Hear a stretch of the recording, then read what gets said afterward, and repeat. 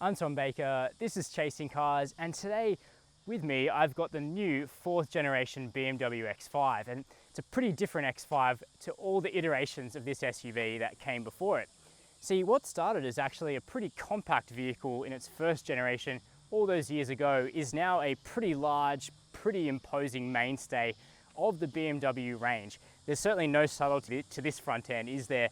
An enormous kidney grille, that's a new design direction for BMW that not everyone's going to like. And let me know below whether or not you think the new X5 is a good looking car. I do at least think that this pretty striking blue color looks cool. Wait till you see the tan interior. Subscribers will know that that's something that certainly gets me going. And if you haven't subscribed, click that button down below, plus the notification bell, and you'll never miss one of our full-length detailed car review videos again. Officially, the X5 is up to a 7-seater in Australia if you go for a pricey third row, but this X5, like most, is just a 5-seater. In fact, this one is pretty representative of the average new X5. It's rocking the 30D engine under this long bonnet. That's the entry-level 3-litre diesel. Later on, there will be more powerful, less powerful engines coming, also petrol down the road as well. But let's jump in and check out what the new X5 is like in the cabin. As it's in here where you'll notice some of the biggest differences about this vehicle within the BMW lineup. Mainly that finally the X5 has now adopted the new corporate look within the cabin. That means much more prominent infotainment and technology, bigger screens, a different look for the infotainment and climate control knobs here, and the new corporate steering wheel. That said, you're never going to confuse this car for anything other than a BMW. It's very much evolutionary rather than revolutionary in terms of design. What I love about this cabin is these gorgeous cognac brown leather seats. You know how much I dislike black leather and I like interesting interior combinations. This is one of them. I reckon it looks absolutely cracking with the dark carpets. As for the piano black trim, not really my thing, but I do welcome the extended leather up here on the dash. I think that looks great. What I also really like is the new infotainment. It's still is iDrive, but it's iDrive 7 now, the new generation. Finally, Apple CarPlay is standard on a BMW. That's great, but you also get a big 12.3-inch screen ahead of you as a driver. That also now presents a map. It's just a shame that the map is really high set and black and white. So unlike something like Audi's virtual cockpit, you can't really tell what streets are being displayed at any one time. That being said, the center screen, also 12 inches, that's big, bright, and beautiful. It's got absolutely everything you need to interact with the navigation and media. In fact, material quality in the cabin is generally excellent. Lots of soft touch up here on the dash. In fact, this is all nicely stitched leather. Down here where your leg rests, that's a big thing for me, as you guys know. And this creamy leather steering wheel, that's also nice with big paddle shifters. Just wish there wasn't plastic at the back of them. Practicality wise, it's good too. Wireless charging, that's now standard. Big cup holders, a big space between the seats here. And prominently, the X5 is mostly moving now to USB-C, the new USB standard. There's only one USB-A port in the car. That's here up between the cup holders. It's one USB-C here, and also a couple in the back. That's what we're going to check out now. Now, one great thing about the X5 is that these doors open nice and wide. The roofline is really square, so although BMW does make some coupe SUVs, this isn't one of them. I'm not a huge fan of the coupe SUV form factor. I reckon if you're going to go for a big heavy car like this, at least make it practical, and this one is. So as you can see, space is good, even with this huge sunroof. A 6-footer has good headroom, good legroom, and even good tow room sitting behind my own low-set driving position. The bench back here is also pretty comfy because it's angled upwards and the seat back is nice and reclined. So I reckon I could do a pretty long trip back here without getting antsy. All that soft touch material continues to the back impressively, and both of these seats have a USB-C port right in front of them and a spot for mounting a tablet so you can bring your own entertainment. You can also fold down this armrest where you find some storage space. Weirdly hard plastic though, that should be carpeted. And some additional cup holders here too. Now, as standard, BMW say the X5 comes with 2.5 climate zones, so you do get air vents as standard. Plus you can adjust the fan and temperature if you go for the optional quad zone climate, which is what this particular X5 has. It is a much bigger car than it used to be, however, and that's benefited boot space. So we'll have a look at just how practical this vehicle is. One thing that's really great about the new X5 is that it has a split tailgate for the first time. So if you're just putting shopping or something light in the back, all you have to do is open up this top bit and lift things over the lower portion of the tailgate, although that opens up nice and quickly. Now, we've got this boot stacked full of camera gear.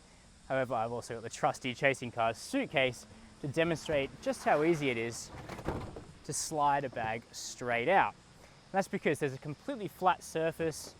The load height isn't too bad. There's also 645 litres of space in this boot. That's an improvement on the outgoing car. Plenty of special features as well. You're able to drop those back seats remotely. They fold all the way down, completely flat. There's also shopping bag hooks so your delicate items don't roll around. And the whole thing closes up with just the touch of a button. What do you reckon about the new back end of the X5? In fact, what do you think about the looks of this car generally? Let me know what you think down below. Right then, what's the new X5 like to drive?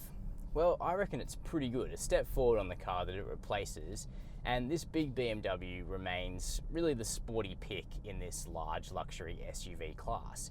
Now, it is still a 2-ton, pretty large vehicle. It's quite a bit bigger than the generation it replaces, let alone the original X5, which is basically where the current X3 is at in terms of size. But that said, the BMW disguises it pretty well. And if you're coming into this segment looking for a sporty option, perhaps if you've got, I don't know, like a 335i or something at the moment and you want to upsize, the X5 is going to be very familiar. Something like a Mercedes GLE or an Audi Q7 is very much attuned to comfort, whereas I think the X5 is much closer towards the sport end of that sort of continuum. That won't be for everybody, but I'll get into the handling and the dynamics of this car in a moment. First of all, what's under the bonnet? Well, Australian customers can choose from 2 diesels at launch. They're both 3-litre straight 6 units. The one I'm in is the current entry level. It's called the 30D, and this really is all the engine you need. It's got 195 kilowatts of power, 620 newton meters of torque. It'll do 0 to 100 in, pretty close to 6 seconds, so it is quick. And in the real world, it's fast. In-gear acceleration is really superb.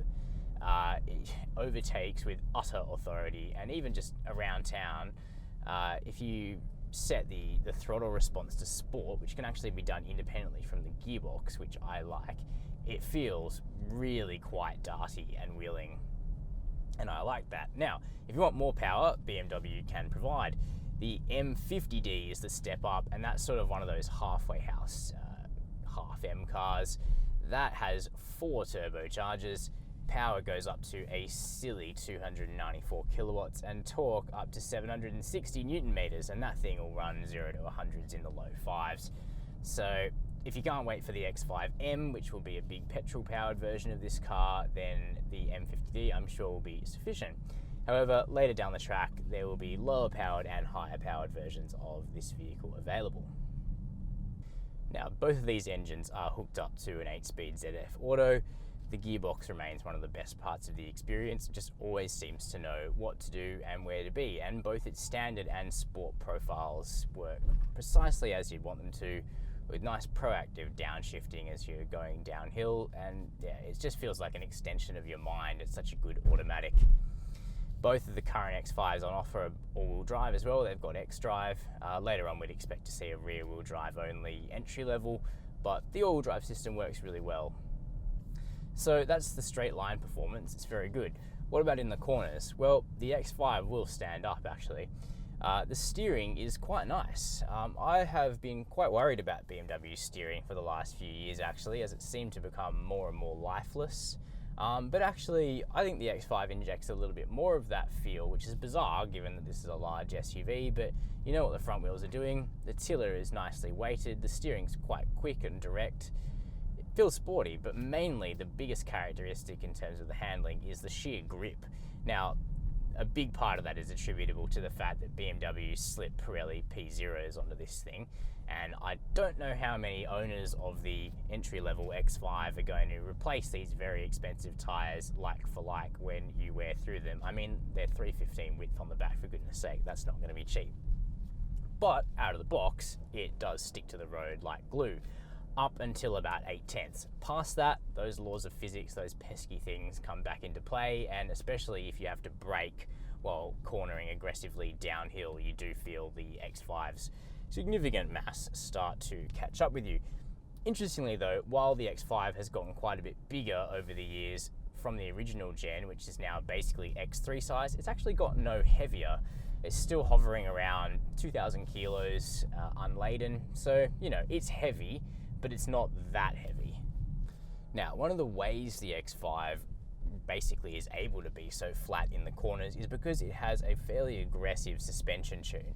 Now, BMW gives customers 4 different suspension options for this car, which is too much complexity.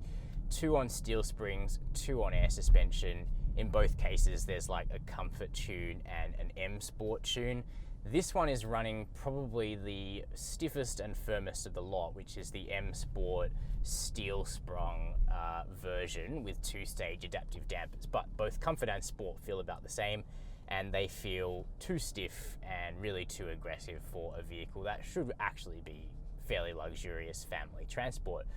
The air suspension options are plusher, as is the comfort tune on steel springs. As this one goes, you really do feel urban imperfections, and in fact the body control and comfort is poor. You have to drive it in sport dampers all the time just to keep the body level and prevent your head from being tossed about. Like, I have it in sport dampers now and my head is staying still, which is what you want. In comfort, you're not jiggling all around the car, which doesn't really feel like 115 grand, does it? What is impressive though is the safety offering on this car, because you basically get everything plus the kitchen sink thrown in. So AEB, adaptive cruise to stop and go, lane keep assist, front and rear cross traffic alert, and an interesting system called evasion assist, where if you're driving along in a multiple lane road and it detects someone's about to change lanes on top of you, it will bump the X5 across a little bit to prevent that from happening. Not if it thinks it's going to run into something itself, but it's nice to have. So those are the chasing car's impressions of the new BMW X5. Bigger and brasher, the X5's more imposing design will please some and annoy others, but there certainly won't be any complaints about this SUV's luxurious and cosseting interior. We love the 30D diesel engine with its lush and rapid power delivery, and the handling is excellent. We just wish the ride quality wasn't so unerringly firm, as ultimately this is meant to be luxurious transport as well as just a sports car on stilts. If you like this video, please make sure to give it a thumbs up below, comment what you think, please share it with your friends, and subscribe to Chasing Cars for our weekly, highly detailed videos.